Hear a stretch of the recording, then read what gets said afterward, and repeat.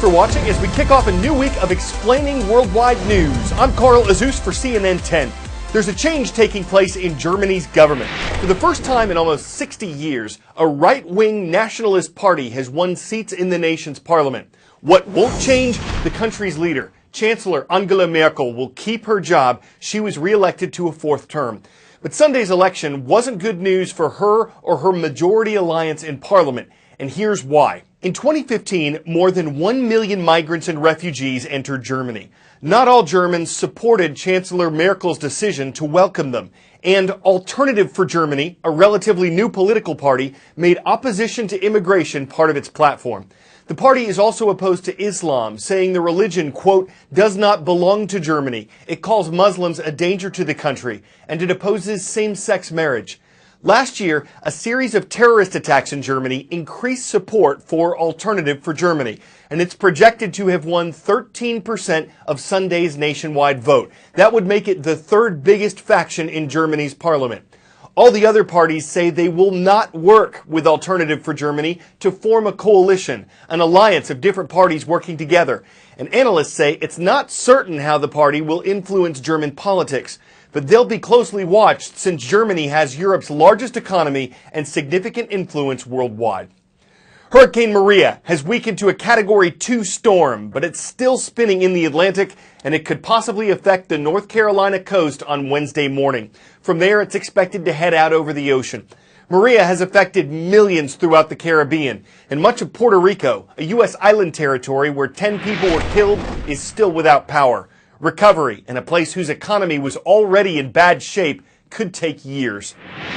Here we are more than 3 days after Hurricane Maria made landfall, and parts of Puerto Rico are under more than 2 feet of water. This has been a storm of epic proportions, the worst storm that Puerto Rico has seen in nearly 100 years. Catastrophic damage to the infrastructure, gas stations underwater, hospitals ruined, communications nearly non-existent. It was earlier that I spoke to the governor of the island, Ricardo Rosselló, and I asked him about the recovery efforts. This was something that we had anticipated. A Category 5 hurricane is no slouch. It essentially wiped out all of the telecommunications. We're trying to reestablish them. We're trying to use alternate means so that you can communicate with your loved ones, and we won't rest until all of those loved ones in the diaspora or anywhere in Puerto Rico can find a way to communicate with those over here. The cost of this storm is going to be in the billions. I spoke to the governor and I asked him how much he thought the estimated cost of this storm would be. He said at least $7 to $8 billion for this island to recover. It was earlier I spoke to a FEMA official and I asked him, how long do you guys think you're going to be around here? He said, we're not going to be around here for weeks, not months. It's going to be years. Nick Valencia, CNN, San Juan, Puerto Rico. Iranian television Saturday showed the launch of a new medium-range ballistic missile, the Khorramshahr, just days after U.S. President Donald Trump warned that Iran's missile program could lead him to scrap the 2015 nuclear deal negotiated by the Obama administration. State media quoted the head of the Iranian Revolutionary Guard's aerospace division as saying the missile, the Khorramshahr, has a range of 2,000 kilometers, or about 1,250 miles, and is capable of carrying multiple warheads. A missile with such a range could reach Israel as well as U.S. military bases in the Middle East. It's important to note, however, that Iran in the past has launched missiles with a greater range. Iran insists that its missile program is strictly for defensive purposes and that its missiles are not designed to carry nuclear warheads. Significantly, its missile program is not covered by the 2015 nuclear deal, which was negotiated with the 5 permanent members of the UN Security Council, plus Germany. President Trump, who has repeatedly threatened to scrap the nuclear deal in the past, has warned that he believes that Iran in the future could fit its missiles with nuclear warheads. Responding to the American president, Iranian President Hassan Rouhani, speaking at the UN General Assembly, said in his words, "It will be a great pity if this agreement were to be destroyed by rogue newcomers to world politics." I'm Ben Wiedemann, CNN, reporting from Tokyo. There were 13 National Football League games played yesterday across America and one in London, UK, and a lot of attention centered on events before the games. What would the athletes do during the national anthem?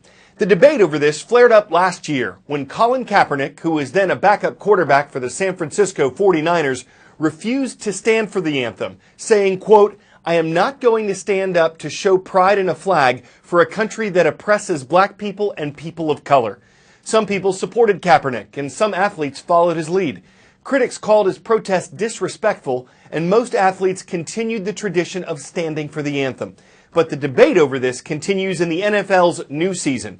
And over the weekend, U.S. President Donald Trump tweeted, quote, "If a player wants the privilege of making millions of dollars in the NFL or other leagues, he or she should not be allowed to disrespect our great American flag or country and should stand for the national anthem." U.S. Treasury Secretary Steven Mnuchin suggested that players exercise their right to free speech off the field, but that there should be a rule that they stand for the anthem. But NFL Commissioner Roger Goodell called the president's comments divisive and said they showed a lack of respect for the NFL, the game, and players, and the good they do in their communities. So what happened on the field?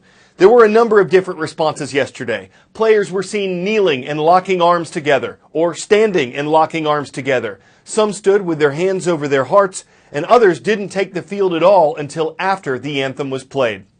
Jumping in the pool for our next sports report, in competitive swimming, the butterfly stroke is the one that requires the most upper body strength. And even if the swimmer already has that, it's still challenging to learn. So imagine what that was like for Abbas Karimi, a swimmer who was born without arms, but who's making headlines for winning championships. From the deck, Abbas Karimi hangs onto the wall like any other swimmer, waiting for instruction from his master swim coach, Dennis Baker. Dolphin kick, back to here, do a flip turn. The team immediately fell in love with him. It's easy to see why. Swimming has become a way of my life. The 20-year-old swimmer was born without arms in war-torn Kabul, Afghanistan. Always bombs exploding and lots of people are dying. Despite ongoing instability, he led an active life, wrestling at a young age until he jumped into the pool for the very first time. First they say that you can't swim without arms. I was scared of water. A watching lifeguard encouraged him to keep swimming. Day by day I trained by myself. Until one day he left his life jacket behind and caught the eye of an Afghan swim coach. He noticed that I can be something in swimming and he taught me a couple techniques. He swam in the country's first Paralympic swim meet and took home gold. When I'm swimming, it's showing myself and showing other people that who I am. But who he was, an adolescent with a visible disability, he knew he needed a better life, and he wasn't going to find it in the Middle East. They disrespect, disabled people. They just see disabled people as a hopeless thing, that can't do anything, useless. With the help of his older brother, he made the toughest decision of his life, leave his family behind. He flew to Iran and fled to Turkey illegally as a refugee, a dangerous journey to United Nations headquarters. But I did it just because to save my life. Now Karimi is preparing for the biggest competition yet, Paraswimming World Championships in Mexico City. I'm excited, I'm nervous, and it's stressing, but I'm training hard and it will pay off.